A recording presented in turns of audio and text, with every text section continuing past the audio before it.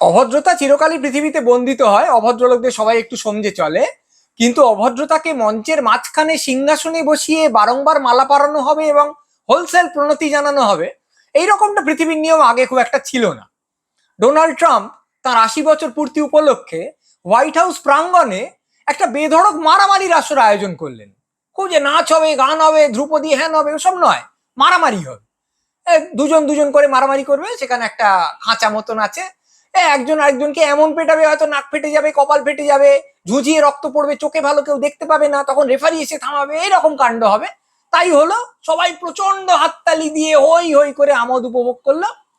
সেইখানে একজন পালোয়ান একটা খেলা জেতার পর হঠাৎ মাইকটা নিয়ে বারাক ওবামার স্ত্রী মিশেল ওবামা সম্পর্কে একটা মন্তব্য করে বসলেন। সেটা কি না, মিশেল ওবামা তো আসলে একজন পুরুষ মানুষ।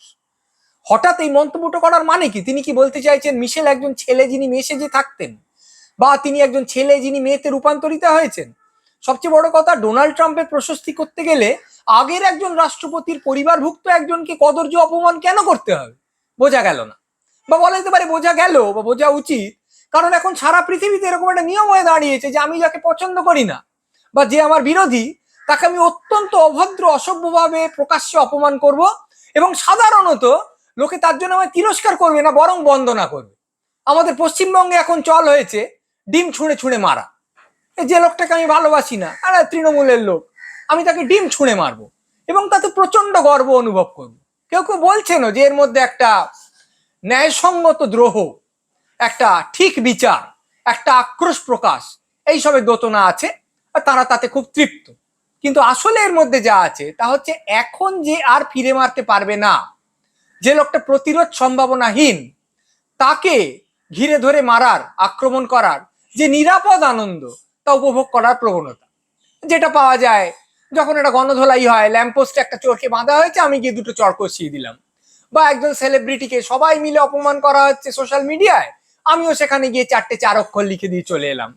এইগুলোর মধ্যে বেশ নিরাপদে একটা লোককে অপমান করা যায়, কারণ সে এখন আর প্রত্যাঘাত হানতে পারবে না। সবচেয়ে আশ্চর্য হলো, সাধারণ মানুষ এতে প্রচন্ড আনন্দিত। আজকে কে ডিম খেয়েছে, আজকে কে ডিম খেয়েছে, হ্যাঁ বেশ হয়েছে, চমৎকার হয়েছে। যেখানে তারা বলবে যে তা কেন, যদি তুমি রাজনৈতিক নেতা বা নেত্রীকে অপছন্দ করো, তাকে ভোট দিও না, হারিয়ে দাও যা তুমি দিয়েছো, অথবা তাকে নিয়ে ফেসবুকে লেখো, অথবা তাকে নিয়ে রিল করো, যা এখন সকলেই করতে পারছে। তাহলে তোমার আক্রোশটা হঠাৎ এইভাবে প্রকাশিত হচ্ছে কেন? এ কথা কেউ বলছে না, বরঞ্চ আনন্দিত হচ্ছে। এইভাবে আমাদের জীবনটা চলছে। কে বলতে পারে যে অচিরে হয়তো গানের জলসার সামনে ডিম বিক্রি হবে, যেরকমটা আগে বলাতে, এই রে আজকে আমি খারাপ গান গাইবো, কে বলতে পারে কেউ আমায় টমেটো ছুঁড়বে কিনা, ডিম ছুঁড়বে কিনা। কিন্তু সাধারণত তা করা হতো না। এবার হয়তো ডিম বিক্রি হবে, আর গায়ক গায়িকারা হেলমেট পরে গাইতে উঠবেন। আমাদের সংস্কৃতি পরায়ণ পশ্চিমবঙ্গ তাতে হয়তো আরো গর্বিত হয়ে উঠবে। আবার পুলিশকে দেখা যাচ্ছে যে একজন লোক অভিযুক্ত, তাকে কোমরে দড়ি পরিয়ে, জামা কাপড় কম পরিয়ে সর্বসমক্ষে হাঁটানো হচ্ছে। কেন? প্রথমত, অভিযুক্ত মানেই অপরাধী নন, বিচার চলবে, তারপর তার যা শাস্তি যদি হয়, শাস্তি যা হওয়ার সেটা হবে। তুমি তার আগে তার মর্যাদাকে ক্ষুণ্ণ করছো কি করে? এমনকি তিনি যদি অপরাধীও হন, তাহলেও তো তা করা যায় না, তার তো একটা নির্দিষ্ট মর্যাদা আছে। তা নইলে তো জেলখানায় একটা লোককে জামা কাপড় না পরিয়ে রাখা যেত, কিংবা তার খাবারের থালাটা হাতের বদলে পা দিয়ে ঠেলে তার দিকে দেওয়া যেত। তা তো দেওয়া যায় না। একটা মানবাধিকার বলে তো ব্যাপার আছে। কিন্তু দেখা যাচ্ছে এইভাবে যে একটা লোককে হাঁটানো হচ্ছে, সেটা সর্বত্র হাততালি পাচ্ছে। আর রাজনৈতিক পান্ডারা তো বলছেনই যে দারুণ কাজ করা হচ্ছে, এর মধ্যে বিরাট ন্যায় প্রতিষ্ঠিত হচ্ছে। সারা পৃথিবী জুড়ে এরম কাণ্ড হচ্ছে। দুঃখের ব্যাপার, পশ্চিমবঙ্গ তার শরিক। ভোটের আগে আমরা দেখেছি অমুক লোক চোর, এই বলে গান বাঁধা হচ্ছে। আগে কি বিরোধিতা হতো না? আগে কি আক্রমণ করা হতো না? হতো। কিন্তু সরাসরি অমুক চোর বলে একটা গান তৈরি করা হতো না, আর হলে সেটা নিন্দিত হওয়ার সম্ভাবনা বেশি ছিল। কিন্তু এখন সেগুলো কিচ্ছু নেই।